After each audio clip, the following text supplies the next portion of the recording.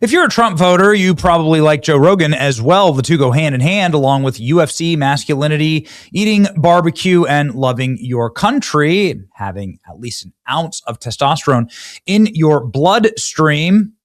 This is the world of men. Some call it the manosphere, and you can be proud that we together collectively saved Joe Rogan's show, because Joe Rogan just admitted that he was this close to being canceled, and that they nearly got it done, the Biden regime going in and canceling Joe Rogan because they didn't like his opinions.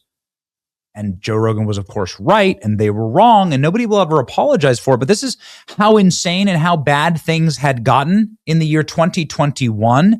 This is why your vote for Trump mattered, because it was inextricably tied to the America that we know and love: freedom of speech, freedom of thought, freedom of economy, and the freedom to actually, well, live your life. The blowback was crazy. They tried to crush my sponsors. They organized campaigns. There was PACs involved. Really? Oh yeah. Thank God I was on Spotify, and thank God Spotify is not an American company. And also, it helped that I was #1 in like 90 countries and not number 90 in one country. You know, that helped. Yeah, that helped a lot. The size of it was so big that as big as they were, they're like, oh, and then there's the Streisand thing. Like, you try to silence something, you're just gonna make it bigger. If they had kicked me off of Spotify and I had to go to Rumble, it would have just blown Rumble's stock up, and it would have helped everybody. Yeah. I didn't know that there was that much shit going on in your life. I can't even talk about it, but there was presidents involved. Presidents. And former presidents involved that were contacting Spotify. Oh, wow. Yeah. Barack Obama. Trying to get me removed for vaccine misinformation.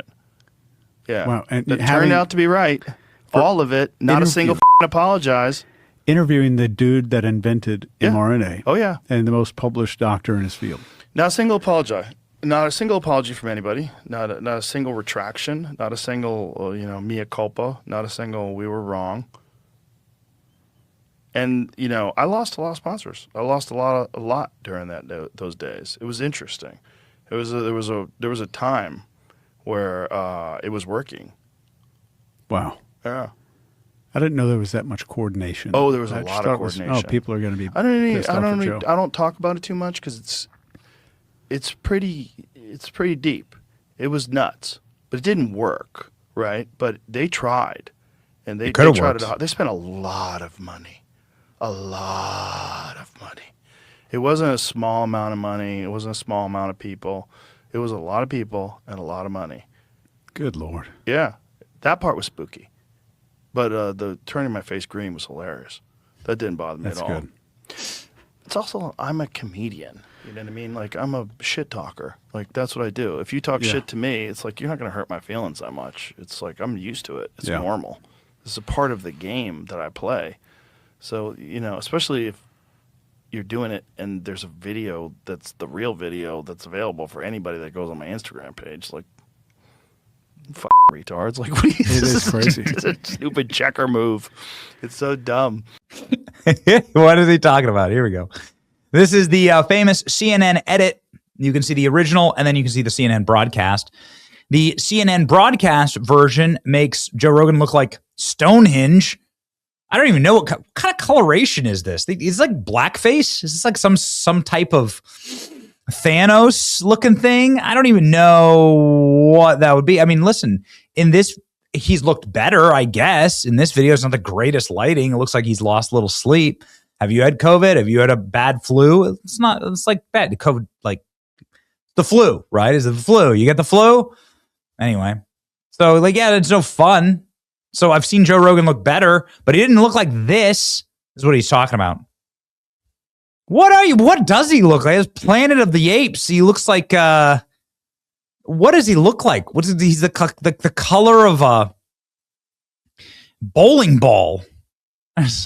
Something. Beach ball.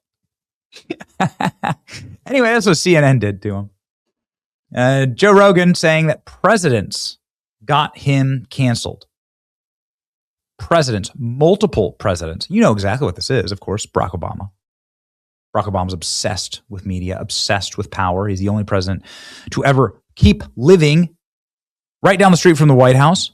Barack Obama has stayed the face of the DNC. He's been the face of the DNC since, well, he spoke at the 2004 Democrat National Convention. So you're talking 20 years, this monster. 20 years this monster has been the face of the DNC and hasn't given it up.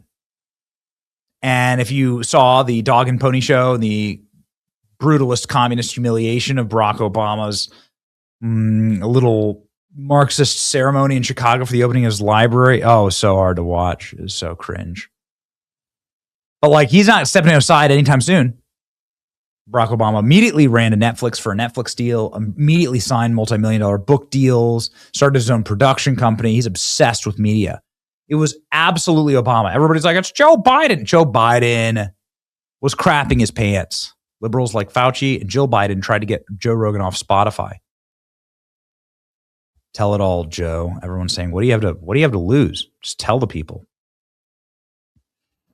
At one point, you had left-wing presidents personally calling streaming companies trying to deplatform the most popular podcaster in the world because of his own COVID treatment, because of the way he treated his own disease. That's how diseased we had gotten in society. Joe Rogan claims multiple presidents spent a lot of money and they crushed my sponsors. The organized campaign. Thank God for Spotify.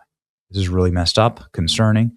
Joe Rogan about one more of these away from releasing a rap album about the Illuminati.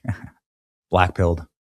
Mark Zuckerberg revealed the Biden administration pressured employees by screaming and cursing at them to remove all COVID vaccine-related content. In case you're wondering who it was, here's Mark Zuckerberg on the Joe Rogan podcast, telling it like it is, which to his credit, Zuckerberg says White House pressured Facebook to censor content during the pandemic. I guess they did.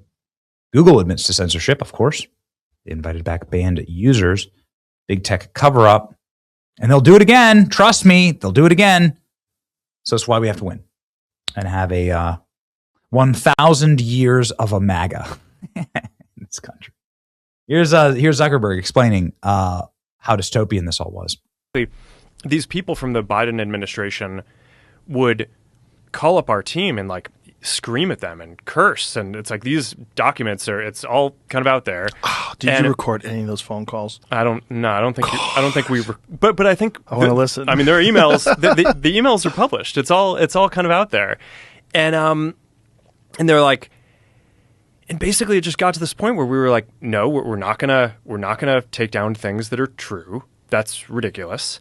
They wanted us to take down this meme of Leonardo DiCaprio looking at a TV talking about how 10 years from now or something, you're going to see an ad that says, okay, if you took a COVID vaccine, you're eligible for, for this kind of payment, like this sort of like class action lawsuit type meme. And they're like, no, you have to take that down. And we just said, no, we're not going to take down humor and satire. We're not going to take down things that are true. And then at some point, I guess, I don't know, it flipped a bit. I mean, Biden, when he gave some statement at some point, I don't know if it was a press conference or to some journalists, where he basically was like, these guys are killing people. And I don't know, then like all these different agencies and branches of government basically just like started investigating and coming after our company. It was brutal.